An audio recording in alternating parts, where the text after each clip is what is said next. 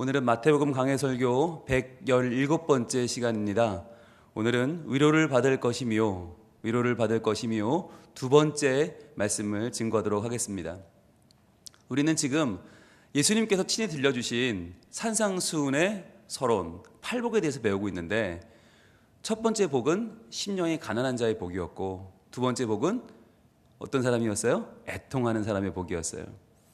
첫 번째와 두 번째가 그다지 다르지 않아요. 그런데 심령이 가난한 사람과 애통하는 사람, 이 두 사람이 받은 복도 참 비슷했어요. 첫 번째 복은 천국이었죠. 천국.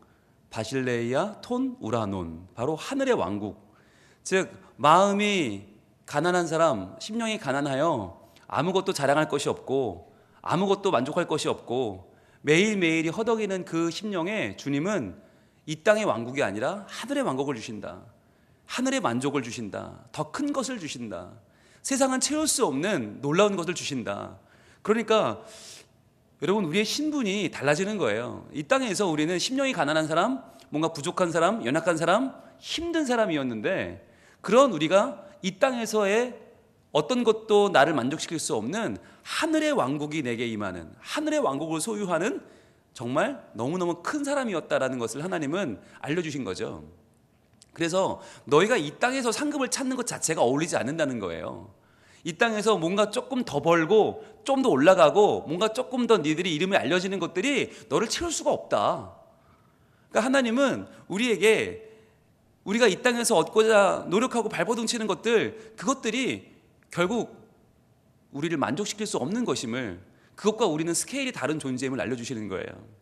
그래서 적어도 바실레이아 톤 우라논, 하늘의 왕국 정도는 돼야, 그래야 우리에게 상급이 되지, 그래야 우리에게 만족이 되지, 이 땅에서는 우리를 만족시킬 것이 없다. 그래서 여러분, 우리가 오늘도 수요일 예배를 드리러 주님 앞에 나왔습니다. 왜 나왔습니까? 이게요, 이 시간에 우리가 어딜 가도 만족할 수 없다는 거예요. 이 시간에 우리가 아무리 맛있는 것을 먹으러 가고 아무리 좋은 자리 가고 아무리 높은 고위직 사람과 만나는 미팅이 잡혀도 그것보다 내가 하나님을 만나는 이 자리가 훨씬 더 내게는 영광스럽고 훨씬 내게는 귀하고 만족스럽습니다라고 하는 고백인 거예요. 그게 바로 심령이 가난한 자는 복이 있나니 천국이 저의 것이다. 그래서 여러분, 우리가 하나님 말씀을 받을 때 그 말씀이 내게 너무나 달고 너무나 귀하고 너무나 은혜가 되는 이유가 뭐냐? 그게 바로 내가 찾을 만족이기 때문이에요. 우리가 하나님 앞에 나오는 것 외에 다른 만족이 있는가? 여러분 한번 찾아보세요. 과연 뭐가 만족이 있을까? 이 세상에 내가 죄책감을 느끼지 않고, 내가 다른 사람한테 미안하지 않고, 내가 내 스스로에게 떳떳하게 누릴 수 있는 이 세상의 기쁨은 많지 않아요.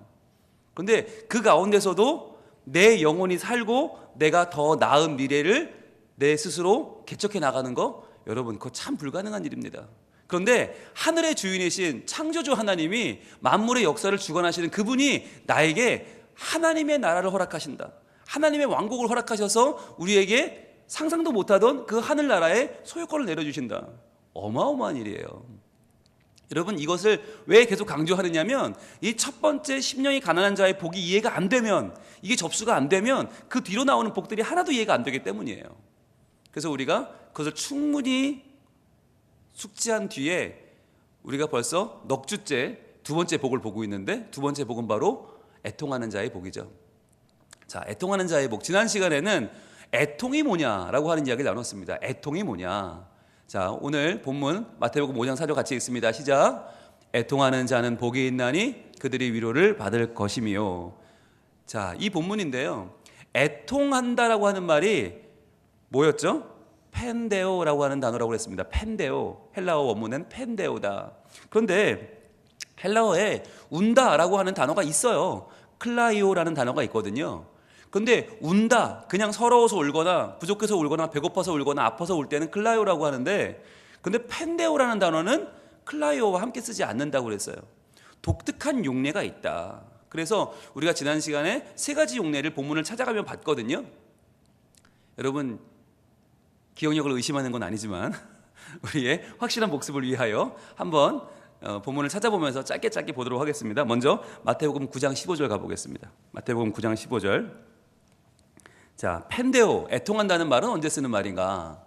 마태복음 9장 15절 조금만 뒤로 가면 있죠. 같이 읽겠습니다. 시작. 예수께서 그들에게 이르시되 혼인집 손님들이 신랑과 함께 있을 동안에 슬퍼할 수 있느냐? 그러나 신랑을 빼앗길 날이 이르리니 그때에는 금식할 것이니라. 여기서 말하는 슬퍼하다라고 하는 말이 펜데오예요. 슬퍼하다. 그러니까 왜 슬퍼요? 신랑과 함께 있으면 슬프지 않아요. 그런데 신랑을 빼앗기면 슬프다는 거죠. 신랑을 빼앗기면 슬프다. 이 말에서 여러분, 이 신랑이 누구예요? 예수님이에요. 지금 세례 요한의 제자들이 와서 묻는 거예요. 왜 우리는 금식하는데 당신들은 금식하지 않느냐? 왜 예수님의 제자들은 금식하지 않습니까? 라고 물을 때 답이거든요. 그러니까 예수님이 말씀하시기를 지금 우리 제자들은 나와 함께 있기 때문에, 신랑과 함께 있으니까 혼인집 친구들이 왜 슬퍼하냐? 슬퍼할 이유가 없지. 그런데 신랑을 빼앗기면, 즉 내가 잡혀가서 십자가에 죽게 되면 그때는 슬퍼할 거다. 그러니까 여기서 말하는 펜데오 애통은 어떤 애통이에요? 예수님을 빼앗기는 애통이에요. 사랑하는 주님, 예수님을 악한 세력에게 빼앗겼을 때 느끼는 감정이 펜데오예요. 그렇다면 이 애통하는 자 펜데오에게 주어지는 위로는 뭐예요? 바로 예수님이 다시 돌아오시는 거죠. 빼앗긴 신랑을 다시 찾는 거죠. 그러니까 예수님의 부활 사건인 거죠. 그래서 첫 번째 우리가 알게 되는 펜데오는 예수님을 빼앗긴 슬픔이요, 여기에 대한 위로는 예수님의 부활이다. 우리가 지난 시간에 첫 번째로 배웠어요. 그래서 첫 번째 펜데오에 대한 위로는 예수님 부활이다. 자, 두 번째 고린도 후서 12장 21절 갑니다. 고린도 후서 12장 21절. 자, 뒤로 쭉 갈게요. 고린도 후서 12장 21절을 보시면 여기에도 또 펜데오가 나오는데 12장의 마지막 부분이죠. 300쪽에 있습니다. 같이 읽겠습니다. 시작. 또 내가 다시 갈 때에 내 하나님이 나를 너희 앞에서 낮추실까 두려워하고, 또 내가 전에 죄를 지은 여러 사람의 그 행한 바 더러움과 음란함과 호색함을 회개하지 아니함 때문에 슬퍼할까 두려워하노라. 여기서 슬퍼할까 두렵다, 이게 펜데오거든요. 근데 왜 슬퍼해요? 전에 죄를 지은 여러 사람들이 있는데, 어디? 고린도 교회에. 교회 안에 어떤 잘못이 있냐? 더러움과 음란함과 호색함이 있는데 이걸 또 회개하지도 않아요. 그것 때문에 내가 또 보고 그것을 슬퍼할까 하노라. 즉 여기서 말하는 펜데오는 이 애통이 뭐냐? 교회 안에서 예수를 믿는 사람들이 범죄하는 것, 예수를 믿는 사람들이 버젓이, 그런데 그 죄를 부끄러워하지도 않아요. 회개하지도 않고 오히려 자랑스럽게 떠들어대면서 그 죄를 먹고 마시는 모습을 보면서 아파하는 마음이 펜데오예요. 그럼 이 펜데오의 마음은 누구의 마음이에요? 사람의 마음이 아니죠. 하나님의 마음이에요. 교회를 바라보는 하나님의 마음, 그것이 펜데오예요. 교회가 이 땅에서 하나님의 처소인데, 하나님의 몸된 교회가 이 땅에서 부패하고 범죄하고 온갖 스캔들에 연루되고 온갖 많은 사람들에게 손가락질 받을 때 하나님의 마음이 아프세요. 그게 펜데오거든요. 지금 두 번째 펜데오는 바로 교회가 무너지는 것에 대한 아픔이에요. 그 애통이에요. 그렇다면 그 애통에 대한 위로는 무엇입니까? 바로 교회가 살아나는 것이죠. 교회가 부흥하고 회복되는 것이 바로 위로입니다. 그래서 첫 번째는 신랑은 빼앗긴 슬픔이었고, 위로는 예수님의 부활이었어요. 두 번째 펜데오는 교회의 부패와 교회가 무너지는 것에 대한 아픔이고, 거기에 대한 위로는 교회의 부흥이죠. 그러면 세 번째 야고보서 4장 8절로 가보겠습니다. 더 뒤로 가시면요, 야고보 4장 8절, 신약 375쪽에 있습니다. 자, 야고보 4장 8절 같이 있습니다. 시작. 하나님을 가까이 하라. 그리하면 너희를 가까이 하시리라. 죄인들아 손을 깨끗이 하라. 두 마음을 품은 자들아 마음을 성결하게 하라. 자, 우리가 어떤 마음이냐면 내 마음의 상태, 개인적인 상태가 두 마음을 품었다는 거예요. 두 마음을 품었다. 그래서 두 마음이 뭐예요? 하나님도 믿는데 안 믿는 거 아니에요. 그런데 한 마음은 또 세상에 가 있는 거예요. 이게 정직하지 않은 거죠.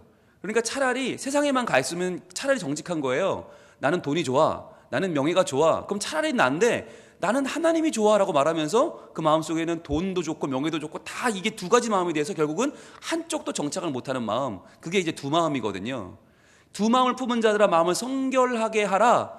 이 마음을 두 마음을 품은 자들, 그래서 이 두 마음 때문에 내 마음이 어떻게 돼요? 그 다음에 9절이 이렇게 이어지죠.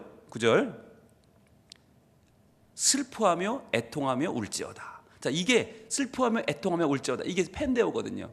이 펜데오는 뭐냐? 두 마음을 가진 자, 그 마음이 성결하지 않은 내 자신을 바라보면서 슬퍼하는 것이 펜데오예요.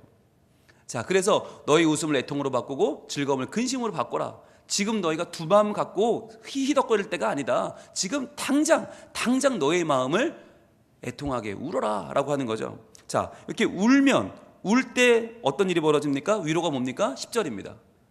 주 앞에서 낮추라. 그리하면 주께서 너희를 높이실 것이다. 즉 마음이 두 마음 품어서 아파하는 자, 펜데오에 대한 위로는 무엇이냐? 우리가 낮출 때 하나님이 우리를 높여주신다. 이게 위로인 거죠.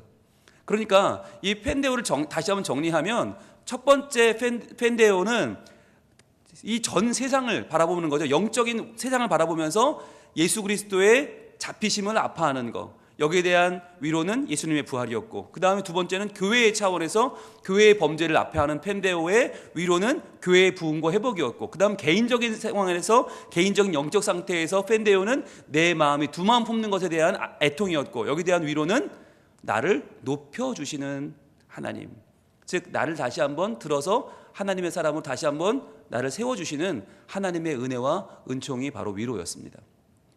자, 여기까지 지난 시간에 다뤘는데요. 이제 그럼 오늘 시간을 가보겠습니다. 그렇다면 이제는 펜데오를 여러분 정확하게 아시겠죠? 이 펜데오라는 애통은요, 내가 돈을 잃어서 애통이 아니에요. 애가 대학에 떨어져서 애통하는 게 아니에요. 내가 어디 넘어져서 아파서 우는 게 애통이 아니에요. 이 애통은 적어도 예수 그리스도의 고난 가운데 아파하는 거, 예수님의 십자가 고통을 바라보면서 눈물 흘리는 거, 그게 펜데오고요.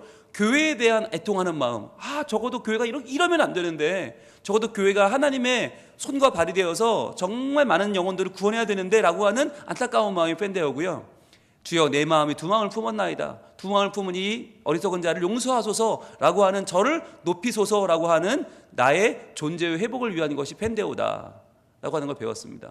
그렇다면 오늘은 위로에 대해서 배워볼 텐데, 위로, 과연 애통하는 자에게는 위로를 받는다 했는데, 위로라는 단어는 또 뭐냐? 위로를 받는다, 위로, 파라칼레오라는 단어예요. 파라칼레오. 근데 이게 파라칼레오 딱 한 문장으로 하면 좀 어렵잖아요. 그런데 이게 두 가지 부분으로 나뉘어져 있어요. 헬라어는 굉장히 전치사가 발달했어요. 그래서 전치사 파라라고 하는 말이 뭐냐면, 파라는 곁에서예요. 옆에서, 바로 옆에서, 나란히 바로 옆에서 서 있으면 이게 파라거든요. 칼레오는 뭐냐? 부른다는 말이에요. 부른다. 그러니까 내 옆으로 부르는 거예요. 내 옆으로 부르는 거. 이게 위로예요. 여러분, 근데 내 옆으로 부르면 위로가 돼요? 여러분이 울고 있어요. 근데 누군가 와서 옆으로 오라고 그래요. 그럼 위로가 됩니까? 제가 가서 여러분이 막 울고 있는데 일로 오세요. 그럼 위로가 됩니까? 여러분, 이 파라칼레오는 항상 뭐에 쓰이느냐? 하나님이 주어예요. 파라칼레오의 주어는 하나님이에요. 하나님이 우리를 불러주시는 거예요. 하나님이 우리를 옆으로 불러주신다. 그러니까 이게 뭐겠어요? 하나님의 존재를 우리가 경험하는 거죠. 우리가 하는 말로 바꾸면 하나님의 임재인 거예요. 하나님의 임재, 하나님의 영광 가운데로 들어가는 것이 위로인 거예요. 파라칼레오, 나를 옆으로 불러주시는 하나님. 여러분, 이게 왜 중요하냐면 우리는 하나님 옆에 갈 수가 없어요. 우리는 하나님 옆에 절대로 갈 수가 없어요. 요즘은 우리가 찬양할 때 뭐 주께 가까이 나아갑니다 찬양도 하고 주여 오시옵소서 하잖아요. 근데 성경을 한번 보세요. 성경은요, 하나님을 너무너무 두려운 분으로 묘사합니다. 하나님은요, 너무너무 크고 위대한 분이라 우리가 가까이 갈 수가 없어요. 하나님 앞에 가면 우린 죽어요. 오죽하면 하나님을 본 사람이 없어요. 그 정도예요. 그런데 그 하나님이 우리를 부르세요. 불러서 야, 괜찮으니까 가까이 와, 내 옆에 서라고 불러주시는 거죠. 여러분, 구약시대에 어땠어요? 많은 사람이 성전에 가지만 어디까지만 가요? 성전 마당까지밖에 못 가요. 안으로 못 들어가요. 기껏 간다고 하는 게 번제단까지 가요. 번제단에서 내 죄를 다 태우죠. 막 안수해서 막 소잡고 양잡고 태우죠. 거기까지가 끝이에요. 더 이상 못 들어가요. 그 다음부터는 제사장들만 물도목에 손 닦고 그 다음에 들어가는 데가 성소잖아요. 근데 성소도 제사장들이 거기 성소까지밖에 못 가요. 촛대와 진설병까지 끝. 거기서부터는 누구만 들어가요? 또 대제사장만 1년에 한 차례만 지성소로 들어가요. 그렇게 해서 만나는 분이 하나님이에요. 거기 가서도 이 제사장이 살아나올지 죽어나올지 몰라요. 그래서 방울을 주렁주렁 매달고 가잖아요. 이 방울 소리 안 나면 끌어내려고. 그 정도로 두려운 분이 하나님이란 말이에요. 그런데 우리가 상상도 못하고 우리는 옆에 갈 엄두도 못 내는 그 하나님이 나를 불러주신다? 야, 힘들지? 일로 와. 야, 너 지금 예수님의 고난 때문에 힘들지? 너 지금 교회의 아픔 때문에 힘들지? 너 지금 두 마음이 된 네 스스로를 바라보면서 너무 힘들지? 내 곁으로 와 라고 불러주시는 거예요. 그래서 예수님이 나를 불러준 다음에 어떻게 해요? 꼭 안아주시면서 그 영광을 내게 보여주시고 그 영광으로 나를 치유하시고 그 영광으로 나를 인도해 가시는 것, 그것이 위로, 파라칼레오예요. 그러니까 우리가 진짜 내 삶을 회복시키는 진짜 에너지는 어디서 나오나? 진짜 에너지는 바로 하나님에게서부터 온다는 거죠. 그게 파라칼레오를 누리는 자의 비결이에요. 여러분, 우리가 진짜 생각해 보세요. 우리의 애통은 여러 가지가 있어요. 그러나 그 애통이 무엇으로 해결이 됩니까? 돈 번다고 해결이 되는가요? 누군가 날 도와준다고 한다고 해결이 되는가요? 여러분, 우리 인생은요, 각자 다 너무 아픈, 말할 수 없는 고통을 가지고 있어요. 그런데 그 고통을 인간의 수준으로는 해결할 수가 없어요. 그러니까 고통이죠. 해결됐으면 벌써 우리는 행복한 사람이 될게요. 그런데 누구나 마음에 한켠에 근심을 가지고 있는데 그 모든 종류의 다른 아픔과 고통과 눈물을 해결할 수 있는 유일한 분이 누구냐? 하나님이시라는 거예요. 왜? 그분은 바실레아 톤 우라논, 하늘 왕국의 주인공이고 그분은 천국의 주인이시기 때문에 그분이 허락하시는 천국, 그 안에서만 우리는 위로를 누릴 수 있다는 거죠. 그래서요, 제가 이 말씀을 오늘 한참 보다가 오늘 새벽에 은혜를 많이 받았어요. 오늘 새벽에 바로 이사야 40장, 오늘 하루 한 장을 준비하고 선포하면서 굉장히 마음의 위로를 많이 받았어요. 아마 제가 위로가 필요했나 봐요. 하나님이 저의 마음속에 오늘 새벽에 정말 물밀듯이 은혜를 주셨어요. 위로를 주셨어요. 그래서 저는 오늘 아침에 파라칼레오가 뭔지를 정확하게 알게 됐어요. 이런 거구나. 하나님이 지금 애통하는 자에게, 지금 아파하는 자에게, 지금 숨 쉴 수가 없어서 답답해하는 자에게 하나님의 임재를 허락하셔서 내 옆으로 와라, 내 옆으로 와라 라고 불러주시는 것이 바로 위로구나. 파라칼레오를 저는 경험했어요. 같이 한번 볼까요? 이사야 40장 가봅니다. 이사야 40장 1절, 구약 1014쪽에 있고요. 함께 있습니다. 시작. 너희의 하나님이 이르시되 너희는 위로하라, 내 백성을 위로하라. 아멘. 여러분, 1절부터 뭔가 확 와닿지 않으십니까? 오늘 아침에 이 말씀이 있는데 제 마음속에 첫 번째는 확 불만이 일어났어요. 하나님, 위로는요, 무슨 위로예요? 제가 위로를 받아야 되는데요.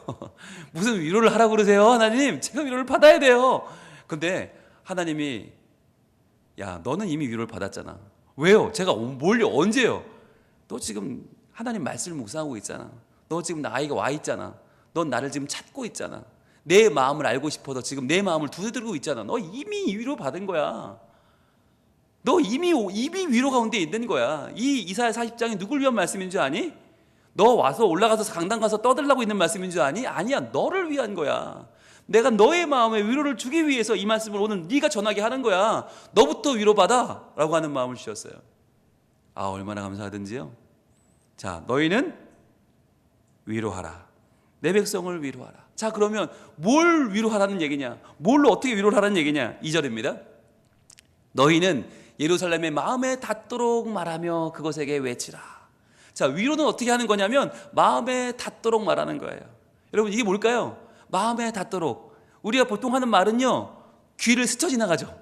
이 한 귀로 들면 한 귀로 그냥 지나가 버려요. 그냥 듣고 흘리는 말씀이죠. 마의 동풍이죠. 그냥 우리 귓가를 스치는 말이 얼마나 많습니까?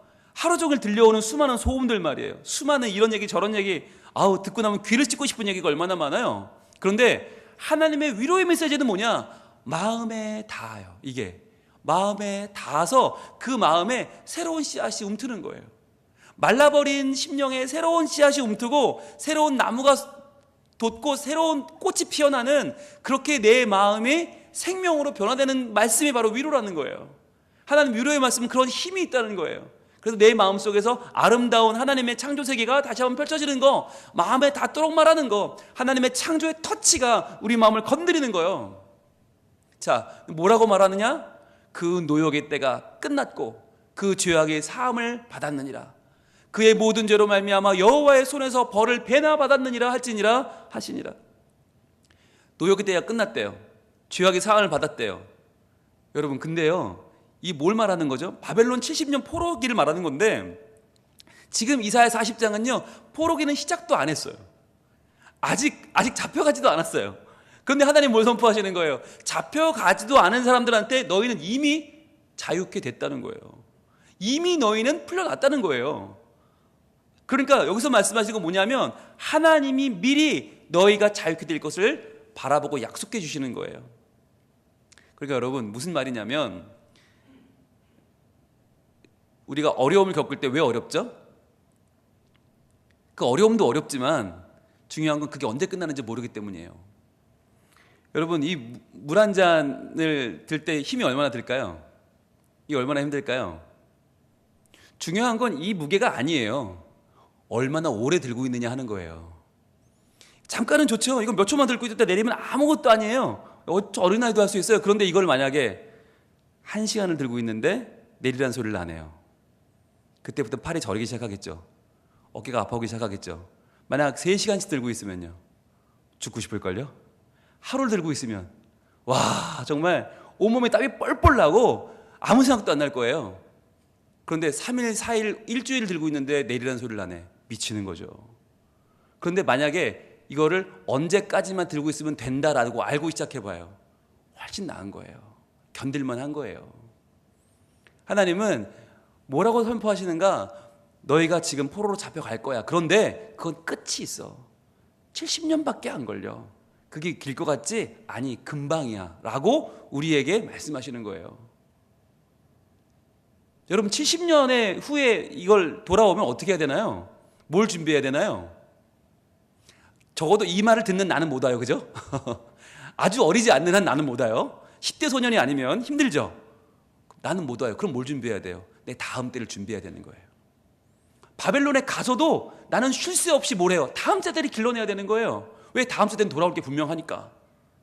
그러니까 내 자녀 세대, 내 자녀 후손들을 열심히 신앙으로 길러서 너희가 이스라엘에 돌아가면 이렇게 살아라, 돌아가면 이렇게 신앙을 회복하고 다시는 포로 생활하지 않도록 너희가 이렇게 살아야 되라고 자녀들에게 부지런히 하나님의 말씀으로 양육하지 않겠습니까? 그걸 말씀하는 거예요. 지금 이 70년은 너희에게 포로로 잡혀가서 허송생활하는 기간이 아니라 도리어 더 탄탄해져서 신앙으로 하나가 되어서 너희의 다음 때가 돌아오고 나면 다시 한번 다윗의 나라를 세우고 다시 한번 하나님의 은총으로 아름다운 나라를 세우라고 하는 하나님의 우리에게 주신 하나의 기회인 거예요. 즉 그냥 끌려가서 언제인지 모르게, 언제까지인지도 모르게 당하는 고난이 아니라 하나님이 이미 세팅이 끝났다는 거예요. 이건 끝을 모르는 구덩이가 아니라 끝이 있는 터널이라는 거죠. 그러니까 그 날을 준비하라, 지금부터 준비하며 살아라고 하는 것이 하나님의 위로인 거예요. 여러분, 위로는 이렇게 오는 거예요. 위로는 지금 당장 들고 있는 이게 싹 사라지거나 들고 있는 게 깨져버리거나 없어지는 게 아니에요. 이건 들고 있어요. 그런데 하나님의 위로는 하나님이 계셔서 하나님이 계획하고 하나님이 돌보시고 하나님이 지켜보시니까 언젠가는 반드시 끝난다는 걸 알려주는 거예요. 그래서 이 문제가 너를 해칠 수 없고 이 문제가 너를 망하게 할 수 없고 이 문제가 너를 삼킬 수 없음을 알려주시는 거예요. 그게 위로예요. 하나님께서 너희의 노역의 때는 끝나고 너희의 모든 죄악은 사함을 받는 날이 올 것이고 모든 죄로 말미암아 이미 다 벌을 끝났다. 그런데 여러분, 이 말씀을 과연 누가 할 수 있을까요? 하나님만 할 수 있어요. 하나님만. 왜? 그분이 내 모든 생의 주관자이시기 때문에. 그래서 이 40장 9절 말씀, 오늘 새벽에 이게 결론이었거든요. 9절 말씀 한번 같이 읽을게요. 시작. 아름다운 소식을 시온에 전하는 자여 너는 높은 산에 오르라. 아름다운 소식을 예루살렘에 전하는 자여 너는 힘써 소리를 높이라. 두려워하지 말고 소리를 높여 유다의 성읍들에게 이르기를 너희 하나님을 보라 하라. 너희 하나님을 보라. 이게 위로예요. 위로 중에 위로가 이거예요. 너희 하나님을 보라. 자, 우리는 왜 힘들죠? 문제를 보니까 힘들어요.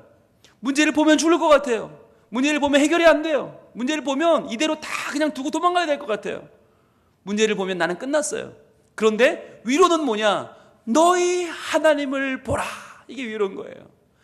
외쳐라. 아름다운 소식을 전해라. 뭐라고요? 너희 하나님을 보라고.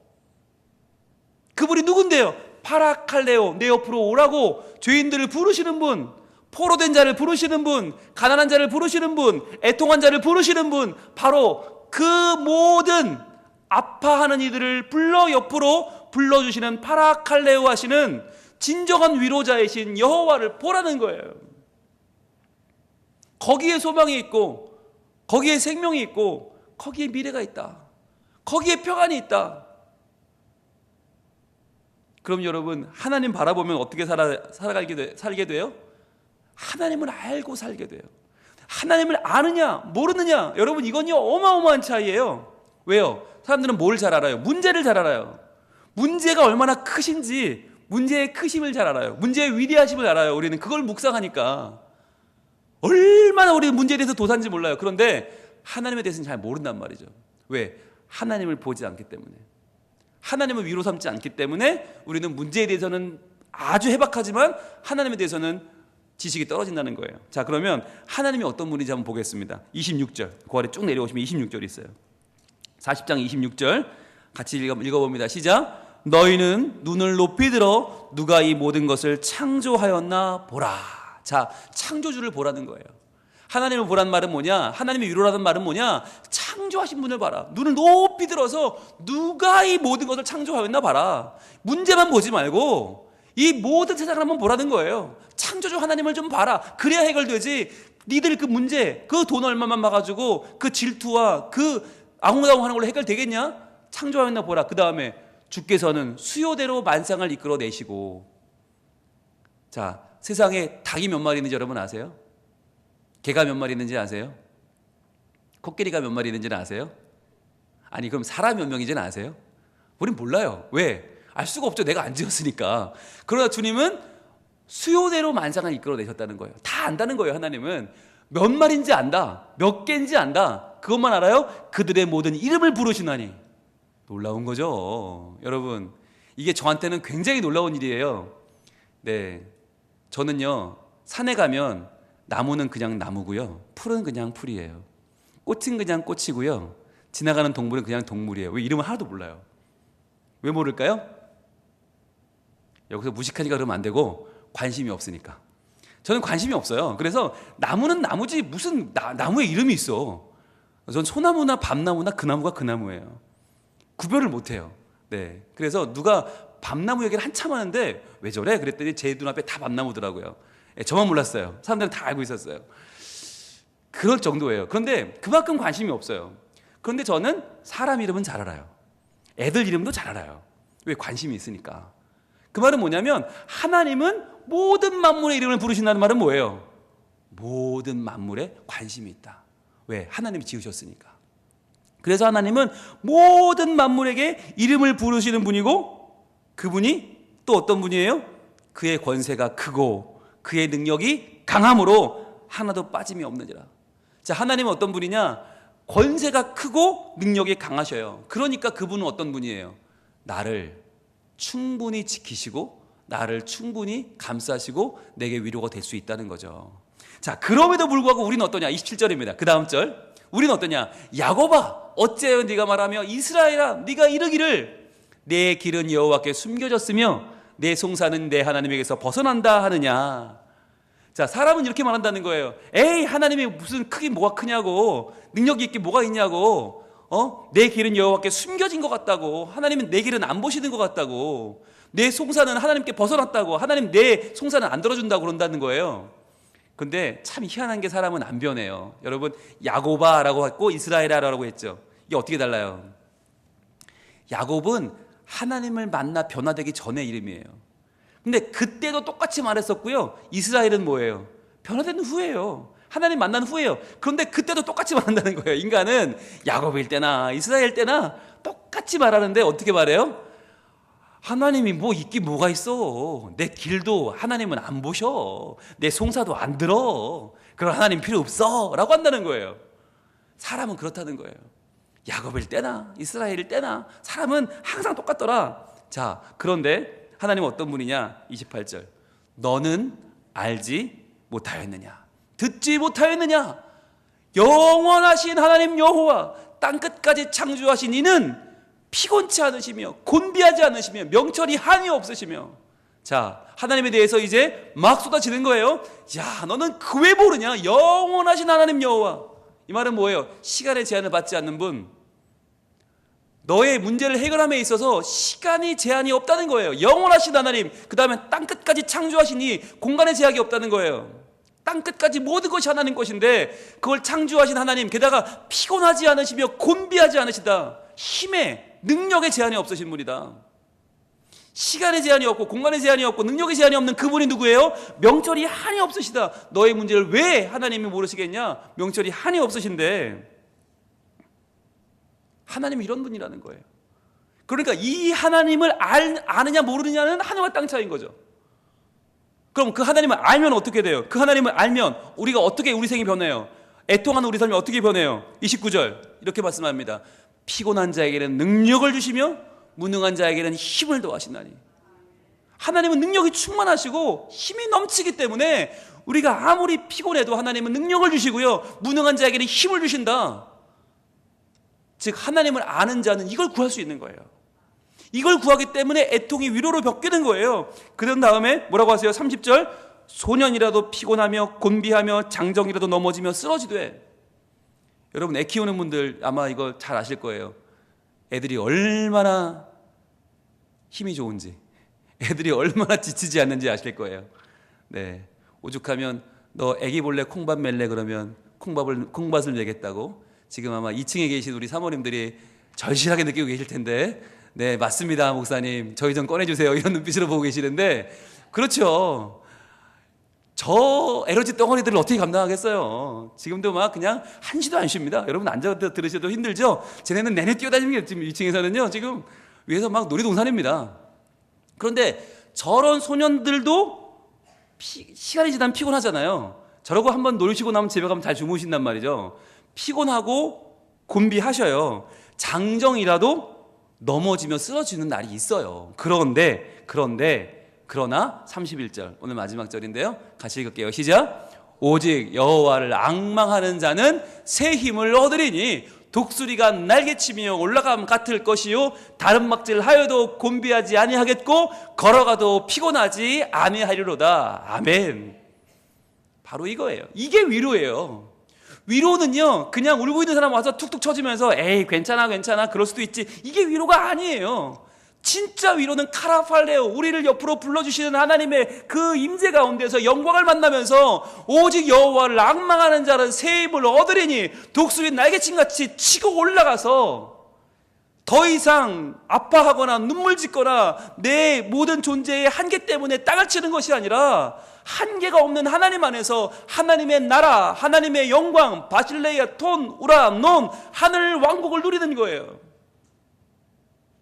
그분의 영광을 바라보는 거예요. 나의 유한함이 아니라, 나의 못남이 아니라, 나의 제한적인 모습 가운데 아파하는 게 아니라 제한이 없으신 그분 안에서 하나님의 영광을 바라보는 것이에요. 그게 위로예요. 그래서 여러분 함부로 위로하지 마세요. 위로가 얼마나 큰 건지 아시면 함부로 위로하지 마세요. 어떻게 해야 돼요? 하나님께 위로받도록 데리고 나와야 돼요. 내가 되도 않는 말로 위로하는 게 아니라 하나님께 나아가자, 여호와께 나아가자. 하나님이 나를 위로하실 거야. 예배하는 가운데 위로가 임할 거야. 찬양하는 가운데, 기도하는 가운데, 주님을 경배하는 가운데 하나님의 영광이 내게 임하고, 너를 불러주시는, 모든 죄를 불러 용서하시고 구원하시고 회복시키시는 하나님께서 너에게 진정한 위로를 허락하실 거야 라고 말해줘야 되는 거예요. 그리고 우리도 마찬가지죠. 돈 얼마를 쫓아 돈이 나를 위로해요? 천만의 말씀이요. 명예가요? 성공이요? 건강이요? 절대 위로 못해요. 왜? 또 넘어지거든요. 100% 또 부족하거든요. 그건 해결책이 아니에요. 우리의 아픈 마음을 있는 그대로 가지고 하나님 앞에 나오시길 바랍니다. 너희 하나님을 보라. 너희 하나님을 보라. 이것이 진정한 위로입니다. 하나님을 앙망하며 나아갈 때 하나님께서는요 우리에게 하나님의 영광, 주의 영광, 이곳에 가득해. 하나님의 영광을 보게 하실 줄 믿습니다. 이 시간에요, 우리가 참 위로를 받는 시간 가질 텐데, 그 참 위로는 위로부터 옵니다. 내 눈 주의 영광을 보네. 우리 가운데 계신 주님, 그 빛난 영광 온 하늘 덮고 그 찬송 온 땅 가득해. 내 눈 주의 영광을 보내. 찬송 가운데 서신 주님, 주님의 얼굴은 온 세상 향하네. 권능의 팔을 드셨네. 그리고는 진정한 위로소로 들어갑니다. 하나님이 불러주시는 그 파라칼레오로 들어갑니다. 주의 영광 이곳에 가득해. 우린 선해 주님과 함께 찬양하며 우리는 전진하리. 모든 열방 주 볼 때까지. 우리가 위로받고 내 자녀가 위로받고 모든 열방이 주님께 위로받고 새로워지는 그날까지 우리는 전진할 것입니다. 하나님의 품으로 나아갈 것입니다. 이 시간에 찬양하며 하나님의 영광 가운데 위로받는 시간을 갖겠습니다. 내 눈 주의 영광을 보내. 내 눈 주의 영광을 보내. 우리 가운데 계신 주님, 그 빛난 영광 온 하늘 덮고 그 찬송 온 땅 가득. 내 눈을 들어 주의 영광을 봅니다. 내 눈 주의 영광을. 우리의 찬송 가운데 주님이 계십니다. 찬송 가운데 서신 주님, 주님의 얼굴은 주님의 얼굴은 온 세상 향하네. 권능의 팔을 드셨네. 주의 영광, 주의 영광 이곳에 가득해. 우린 선해 주님과 함께 찬양하며 우리는 전진하리. 모든 열방 주 볼 때까지. 다시 한번 내 눈 주의 영광을 보내. 내 눈 주의 영광을. 나를 불러주시는 그분, 우리 가운데 계신 주님, 그 빛난 영광을 찬양합니다. 그 빛난 영광 온 하늘 덮고 그 찬송 온 땅 가득해. 오 주님, 내 눈을 듭니다. 내 눈 주의 영광을 보내. 찬송 가운데 서신 주님, 주님의 얼굴은 바로 나에게. 주님의 얼굴은 온 세상 향하네. 권능의 팔을 드셨네. 주의 영광 이곳에 가득해. 우리 선해 주님과 함께 찬양하며 우리는 전진하리. 모든 열방 주 볼 때까지. 주의 영광 이곳에 가득합니다. 주의 영광 이곳에 가득해. 우린 선해 주님과 함께 찬양하며 우리는 전진하리. 모든 열방 주 볼 때까지. 우리 이 시간 같이 기도하겠습니다. 하나님, 우리는 해통합니다. 우리는 해결되지 않은 문제 때문에 지금 아파하고 있습니다. 하나님, 나는 출구를 모릅니다. 어디로 가야 할지 모릅니다. 그러나 이 애통하는 나에게 하나님은 영광 가운데 다가오셔서 내 곁으로 오라고 하십니다. 하나님 곁으로 가서 주님께 위로받게 하여 주옵소서. 주님 바라보게 하여 주옵소서. 새롭게 힘을 얻게 하여 주옵소서. 나를 새롭게 하여 주옵소서. 주여 외치기도 합니다. 주여!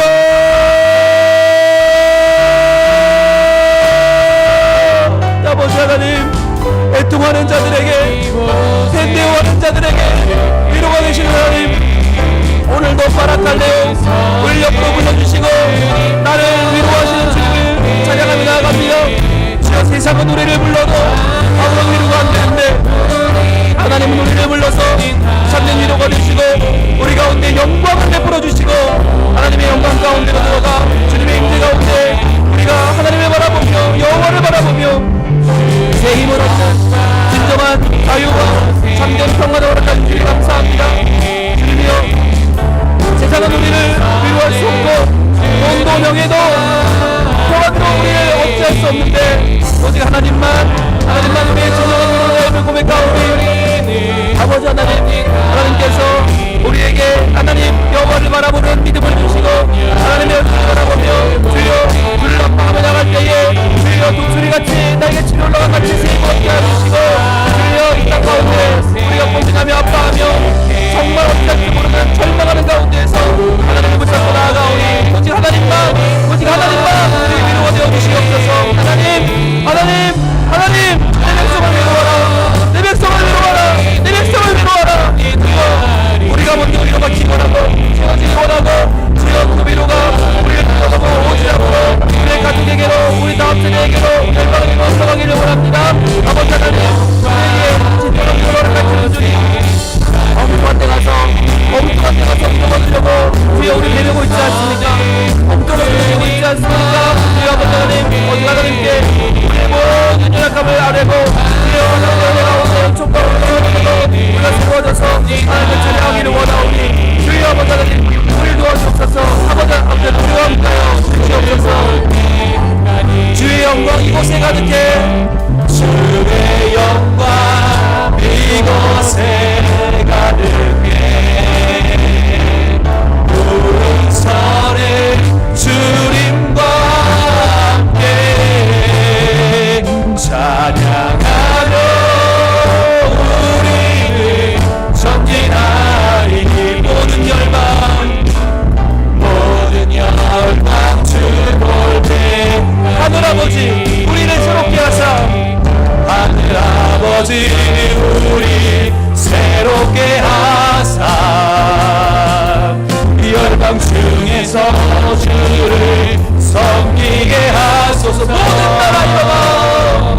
모든 나라 일어나 찬송 부르며 영광의 주님을 보게 하소서. 오 주님, 주의 영광 이곳에 가득해. 우리 선에 주님과 함께 찬양하며 우리를 전진하리. 모든 열방 주 볼 때까지.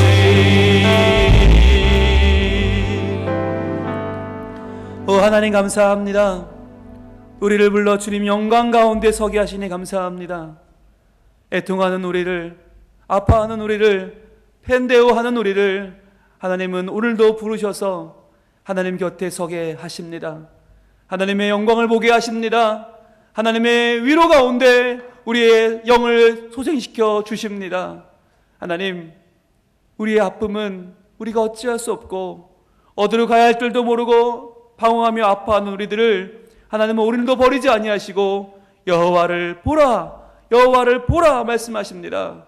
주여, 이 위로가 우리에게 차고 넘쳐서 주여 우리만 위로받고 마는 것이 아니라 내 백성을 위로하라는 주님 말씀에 따라 주여 우리의 자녀들을 위로하고 우리의 가족을 위로하고 구역원을 위로하고 이 교회를 위로하고 이 시대를 위로하는 하나님의 위로자들이 되게 하여 주시옵소서.